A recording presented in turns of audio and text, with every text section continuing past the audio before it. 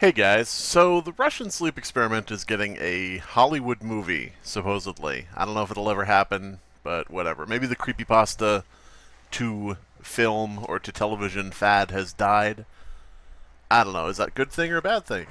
Leave in the comments below. But yeah, Russian sleep experiment getting a Hollywood movie, and I did a previous video about someone who made a Russian sleep experiment movie on his own, like an independent film that was being shown at like festivals or whatever, and it didn't really credit the original story as being the inspiration. It was almost like his film came out of nowhere and was his own idea. So I thought that sort of was like plagiarism. I just don't know if he just didn't think to credit or if he actually was trying to rip it off or whatever. But this has a film coming out, and I wonder how they reached the original author. I don't know how they found the original author, who was anonymous, in order to get the rights to make a Russian sleep experiment movie. So, yeah. The thing is, the reason I'm bringing this up now is because somebody brought up in the Too Spooky Discord, I don't know if they want to be identified. I should probably ask people beforehand so I know when I make the video, but too late now. Brought up that this book comes up when you Google Russian sleep experiment.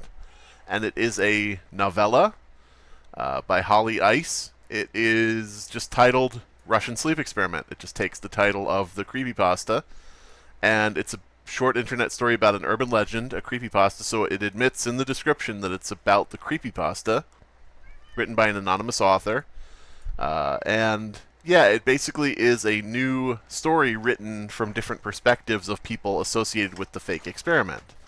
You know, doctors... Kitty, what is wrong?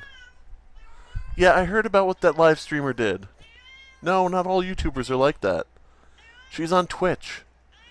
Yeah, she's a boob streamer. Don't worry about it. You're safe. You're safe. Kitty is worried about current events. Anyway, Russian sleep experiment book.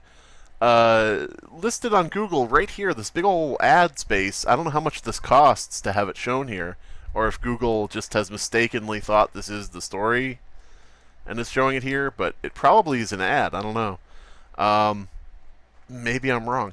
But yeah, totally different story, totally different author in terms of not being the original creepypasta, but it is based on the original creepypasta. It is taking the exact title of the original creepypasta and putting a book out sort of like as a clickbait kind of thing, you know, to make people who want to learn about the Russian sleep experiment accidentally buy a different book, sort of like a mockbuster for creepypasta writing. Now, the author of the story, don't even memorize the name. Don't go looking up the author. Don't go bothering the author. This is somebody who is not a problem. This person is not a problem. You know, I can't stress that enough. I'm trying to think of the right terms to use. I'm probably just saying it very poorly. But I just want to stress right away at the beginning, do not bother this person because they are not involved in stealing the work to whatever degree you want to think. You know, I don't know how to phrase it otherwise. We're going to get to certain things here. It's going to be a bit of a roller coaster, so let's just move on here. But yeah, it was released in 2015. The seller is Marek Lewandowski. Now, this is public information on a public page, on a store page. Here's the name of the seller right here. And again, not the author's problem. We'll get to that in a minute. But yeah, using the exact title and everything, so strange. So I talked to the author on Twitter, and I have like an archived version here just in case, but talked to the author, and the author expressed that the publisher approached her to write the book. So this is why I was saying, don't bother this person. Don't have a negative impression of this person. Don't think anything poor of this person. You don't know this person, and also she did not steal the Russian sleep experiment. The publisher approached her with the Russian sleep experiment and asked her to write a novella based on that story. The publisher hired her to do this. The publisher brought her this and told her to do this. So this is the publisher's fault. Who is the publisher? Well, we see the seller is Marek Lewandowski, but the publisher is Almond Press. Almond Press, a company that began in 2012. Oddly enough, probably the peak of creepypasta. I don't know what would you call it. Like the starting point for a lot of popular creepypastas was around that year. So Almond Press, as you can see, I'll show you the books here. Fucking blah blah blah blah blah blah blah. There's Russian Sleep Experiment, Almond Press. Just so you guys know, this is actually the same book from the same company. But yeah, so we're gonna look into the owner of Almond Press, Marek Lewandowski. Now, we're not going to look into him personally, like his personal life or any shit like that. This isn't a big doxing witch hunt kind of thing. But this will draw in other details where we need this connective tissue of who this person is to get to some of the other stuff I'm going to be showing you. Now, digital marketing executive, Almond Press. So, since Lewandowski is listed as the seller of this book, I'm assuming that Lewandowski is actually Almond Press. I could be wrong. He may just be the marketing executive for Almond Press, but it would be odd for his name to be the name as the seller of the book if he's just an employee of the company. A little bit odd. So yeah, we're going to look at this just a little bit. We're not going to go into a bunch of stuff about who this guy is or anything like that. But there is a link here. I'm going to read this paragraph here because, as I said, connective tissue proving, who's what, proving this guy is the exact same person. Since the rise of social media, marketers working in the book industry have had to find new ways of distributing and promoting content. Working in the digital realm, my daily tasks involve figuring out ways to use social platforms, dedicated websites. Have a look at the Russian Sleep Experiment. If we click that link, it brings up the page for the book from Almond Press. So we have determined that this is the same person. And other online media to find new audiences and engage potential readers. With the use of analytics and reporting tools, I try to identify trends in web traffic, which can then be used to optimize our online presence for driving interactions with authors and readers, blah, blah, blah, blah, ultimately leading to sales. So essentially what we have here is an article about how you can use trends to draw people to your site and use trends to make sales, which is what this is. This is somebody...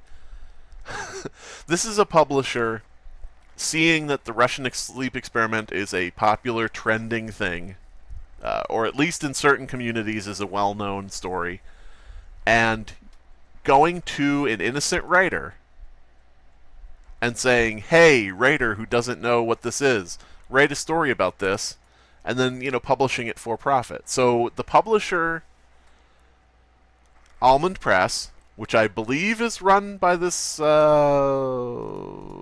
Lewandowski fellow. I believe is run by him. The publisher, run by Lewandowski, found an author and hired them to write a book based on a trending story, based on an interesting thing that had an audience. And, then they just take the title, the publisher takes the title, without even changing it, without even denoting that this is a different story, takes the exact same title in order to trick people into thinking this is the real story and, make them buy the book. Yeah. Also, we got some kind of strange things here. Just another thing to show that this ties together, Marek Lewandowski on Dailymotion, posted the trailer for the Russian Sleep Experiment horror novella official trailer. Puts official in there as if this is like the official trailer for the real story. It's not the real story. It's like a mockbuster, like I said. I'm sure the story's great. I'm sure the book is great. I'm sure it's well written, whatever. I haven't read it. I don't know. I wanted to read it, but I'm not going to pay for it. So yeah, this is just another thing to show that Marek Lewandowski is posting material related to this. Kitty, what are you doing? What are you squealing about? Come here. I'm sorry, Kitty is very upset about the Russian Sleep Experiment being plagiarized by a publisher.